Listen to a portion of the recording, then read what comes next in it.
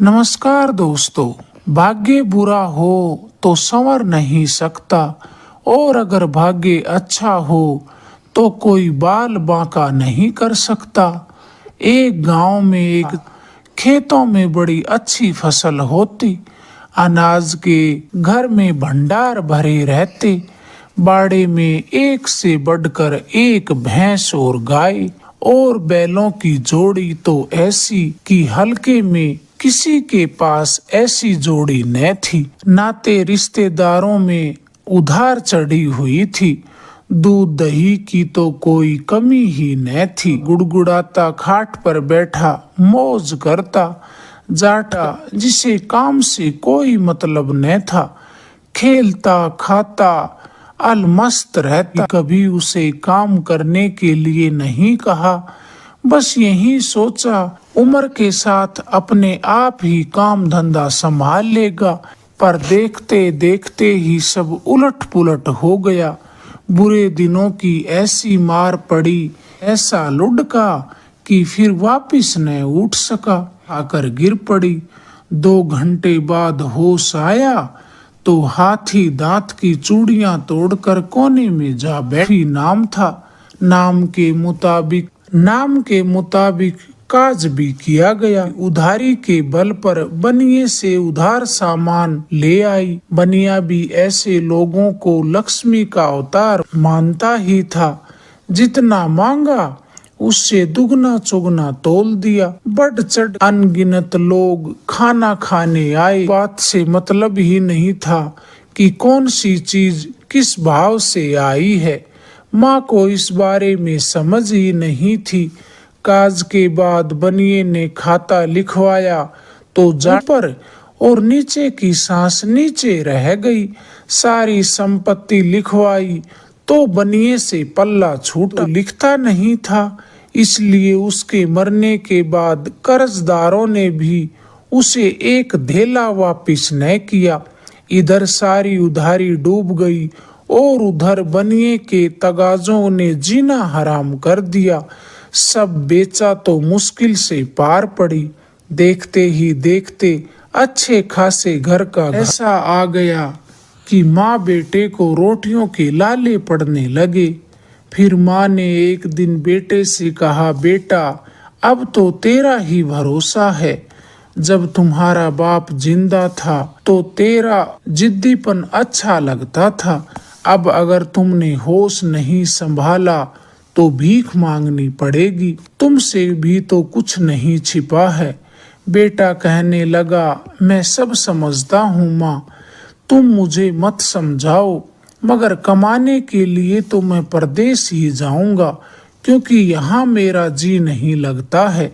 अगर तू चाहती है कि मैं रुपए कमाने परदेश जाऊं तो सुबह 2 घड़ी रहते बाजरे की 7 रोटियां बना देना, पड़ोस से दही मांग लाना, और मुझे कुछ नहीं चाहिए।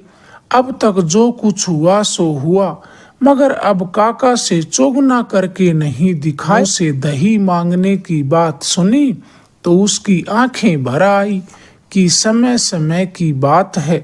पूरे गांव में छाछ पूरती थी। आज देखो घर में तिलक लगाने के लिए भी दूध नहीं है। आंसू पोंछते हुए बोली, ठीक है बेटा, मगर परदेश में होशियारी से रहना। बेटा समय रहते बाजरे की 7 रोटियां और दही की हांडी लेकर कमाने के लिए रवाना हुआ। गांव के बाहरी हिस्से में बनिए की हवेली बनी थी। पहले वहां पहुंचा और बनिए से एक रस्सा मांगा। पहले तो बनिए ने ना नुकुर की, मगर फिर कुछ सोच साच करके रस्सा उसे दे ही दिया। उसके देह पर रस्सा लटकाया और अपनी राह पर चल दिया। थोड़ा आगे चला तो उसे एक पानी से भरे गड्ढे के पास कछुआ दिखाई दिया। उसे भी लड़के ने अपने खेस के पल्ले बांध लिया। गांव से 3 कोस की दूरी पर एक भूतों की बावड़ी थी। उसे इस बात का पता तो था नहीं, इसीलिए वही बावड़ी के पास रोटियां खाने बैठ गया। रोटियां खाते समय उसने सोचा, पता नहीं कब काम मिलेगा। अगर सारी रोटियां एक साथ खा ली तो फिर क्या खाऊंगा।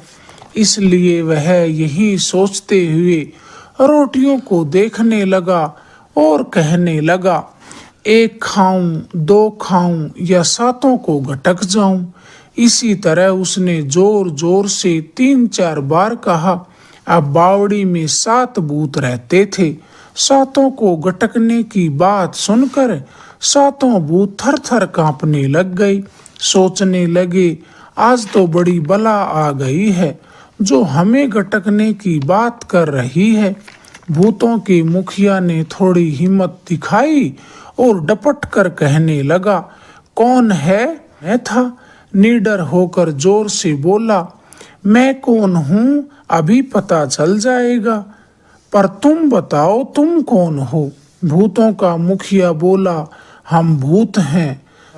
तो फिर मैं हूँ महाभूत। बहुत दिन हुए तुमने खूब मनमानी कर ली, आज तो तुम्हें सबक सिखा कर ही जाऊंगा। अब तो मुखिया का कलेजा डर के मारे हलक में आ गया। डरते डरते बोला, महाभूत हो तो अपनी निशानी बताओ, नहीं तो हम अपनी निशानी बताते हैं। फिर भूतों के मुखिया ने अपने शरीर से एक जूं तोड़ी और ऊपर उछालकर कहा, हमारी जुएं इतनी। जूं को ध्यान से देखा कि ये जूं तो मेंढक जितनी बड़ी है। तभी उसने अपने खेस के पल्ले से कछुआ निकाला और जल्दी से कछुए को धम से बावड़ी में गिरा दिया और फिर कहा, ये मेरी जुएं हैं।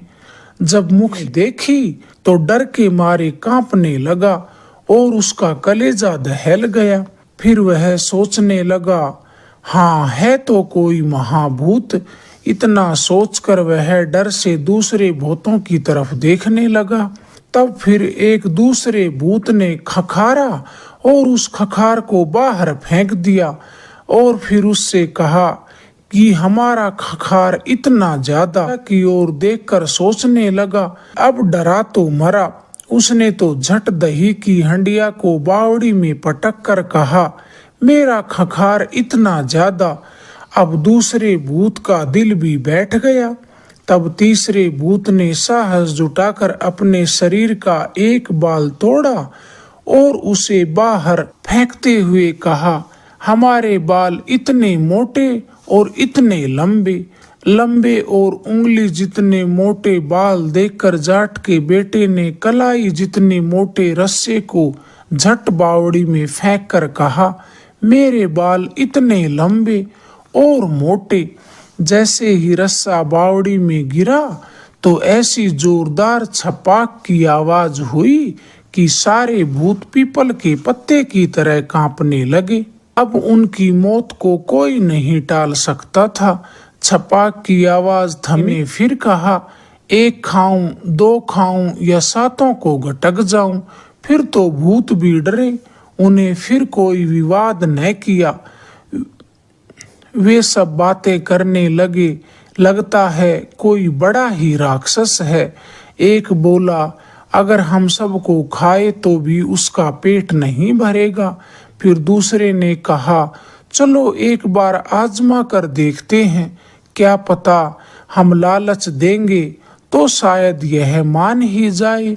फिर एक भूत जोर से बोला, तुम क्यों हम जैसे गंदे और बदबूदार, हम आपको एक जादुई कढ़ाई देते हैं जिसमें तुम मन चाहे पकवान बना सकते हो।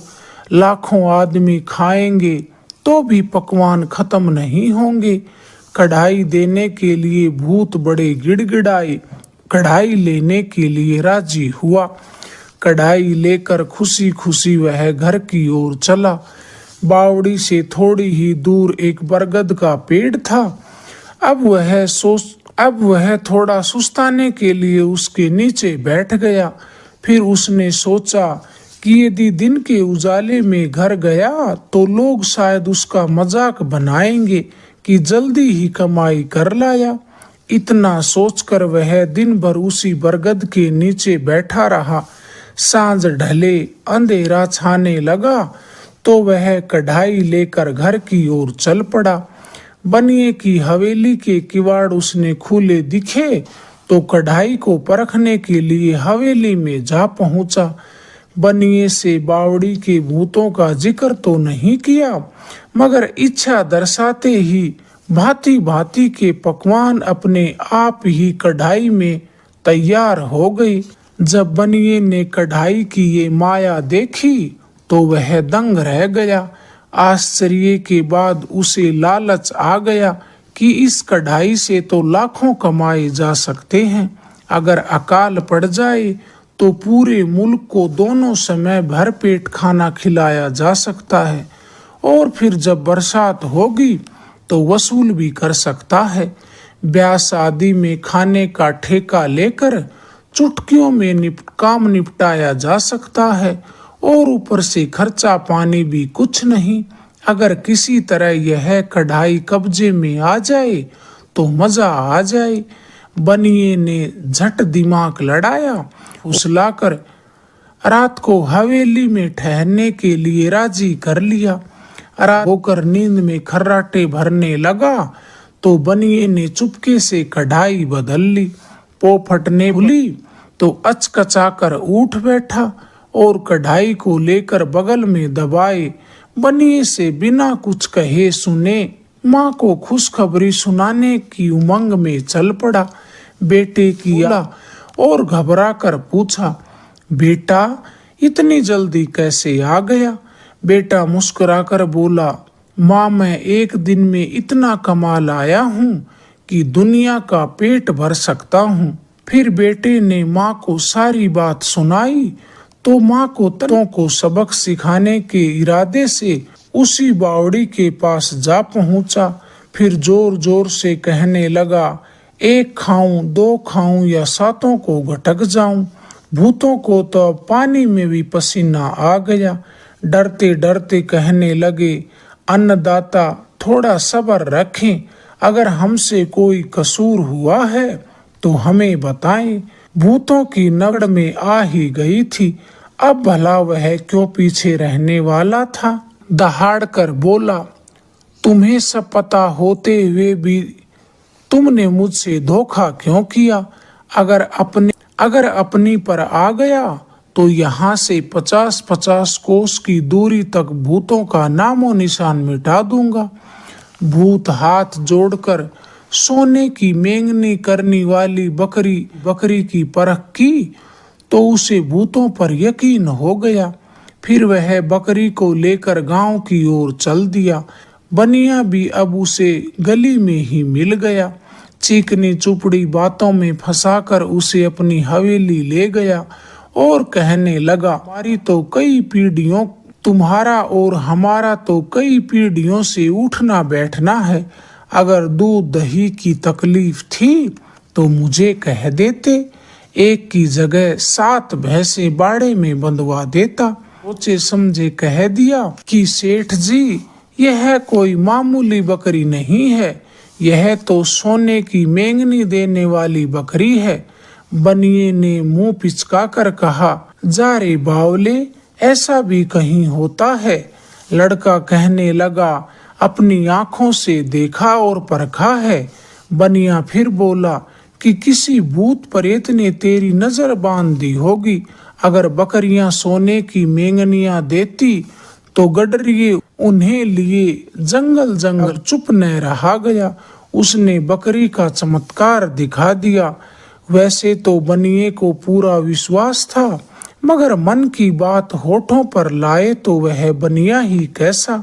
रात को फिर बनिए ने से दूसरी बकरी बांध दी। अगली सुबह फिर माँ को बकरी का चमत्कार दिखाते समय फिर उसे नीचा देखना पड़ा। बकरी ने तो दूसरी बकरियों की तरह मेंगनी कर दी। माँ फिर बोली, बेटा आज के जमाने में आदमियों का ही भरोसा नहीं तो भूतों का क्या भरोसा करना। इन परपंचों में मत पड़ो और सीधा कमाई का जुगाड़ करो। आंसू छलक आए और बोली, तुम्हारा बाप जिंदा होता तो क्या ऐसे दिन देखने पड़ते? मगर बेटे के सर पर तो भूत सवार था, वह किसकी बात मानता भला? बिना कुछ कहे सुने छाबड़े से 7 रोटियां लेकर बावड़ी की तरफ चल पड़ा। बावड़ी के पास जाकर कड़कते हुए बोला, 1 खाऊं, 2 खाऊं या 7 को घटक जाऊं। भूतों के तो डर के मारे कलेजे धड़कने लगे। एक साथ कहने लगे, कसूर हुआ है हमसे, अगर हमें खाना ही चाहते हो तो आपकी मर्जी। गालियां निकालते हुए कहा, चांडालो, जुबान के पक्के होते तो तुम भूत क्यों कहलाते? धोखा दिए जाते हो और डरते भी जाते हो। गुस्सा तो इतना आ रहा है कि बस तुम्हें क्या बतलाऊं। भूत बोले, बेकसूर भूतों पर गुस्सा करना आपको कतई शोभा नहीं देता। एक बात बताइए कि आप यहाँ से सीधे घर जाते हैं या रास्ते में कहीं रुकते भी हैं? जवाब दे। और उसने कहा कि 5-7 घड़ी बनिए की हवेली में रुकता हूँ बस, पर इससे तुम्हें क्या? भूतों ने कहा, आज रात ही इसका पता चल जाएगा। अगर कल आपको हमारा छल नजर आए तो जैसी आपकी इच्छा हमें मारना या खाना। इस बार भूतों ने उसे एक छेनी, हथौड़ा और एक कांटेदार टहनी दे दी और कहा कि छेनी से हथौड़े पर 3 बार चोट करने से संगमरमर का महल तैयार होगा, 5 बार चोट करने से चांदी का और 7 बार चोट करने से सोने का महल बन जाएगा। कांटेदार टहनी बनिए के छल का पता लगाएगी। छेनी, हथौड़ा और कांटेदार टहनी लिए बनिए की हवेली से निकला। बनिए की हवेली के पास से निकला तो बनिए ने उसका रास्ता रोककर छेनी, हथौड़े को देखकर बनिया कहने लगा, भले आदमी। थोड़े के गुणों का बखान किया तो बनिए ने उसकी खिल्ली उड़ाई, मगर मन में उसे पूरा विश्वास भी था। आधी रात ढली तो बनिए ने छेनी, हथौड़े को उठाना चाहा, मगर कांटेदार टहनी ने हाथों हाथ चमत्कार दिखा दिया। अपने आप ही सटाक सटाक उसकी पीठ पर पड़ने लगी। बनिया जोर जोर से चिल्लाने लगा। तब तक उसका सारा शरीर कांटों से बिंध गया था। टहनी अब भी वैसे ही सटाक सटाक उसकी पीठ पर पड़ रही थी। बनिए ने हाथ जोड़ने लगा, जैसी करनी वैसी भरनी, अब बता मेरी बकरी और कढ़ाई कहाँ है? बनिए ने फिर कहा, ये कुकर्म मैंने ही किया है, मुझे माफी। मैं अपनी गलती मानने के लिए तैयार हूँ। उसके बाद बनिए ने बिना कुछ कहे सुने झट से टहनी अब भी अपना जलवा दिखा रही थी। बनिए की चीखने चिल्लाने की आवाज सुनकर हवेली के परिवार के दूसरे लोग भी इकट्ठे हो। तूने मेरी माँ से बेईमानी से जो माल हड़पा है, पहले उसे वापिस कर दे, तभी यह टहनी रुकेगी। बनिए ने सारा को कहा, तब जाकर कांटेदार टहनी रुकी। सुबह बेटे ने माँ को चमत्कार दिखाए तो माँ की आंखें फटी की फटी रह गई। आन की आन में सोने का महल बन गया। मनसा दर्शाते ही कढ़ाई में मन चाहे पकवान तैयार हो गई। बकरी सोने की मेंगनी करने लगी, हल्के का दुख दरिदर दूर कर दिया। सब उसकी बड़ाई करते न थकते। अगर आपको ये कहानी पसंद आई, प्लीज चैनल को लाइक करें।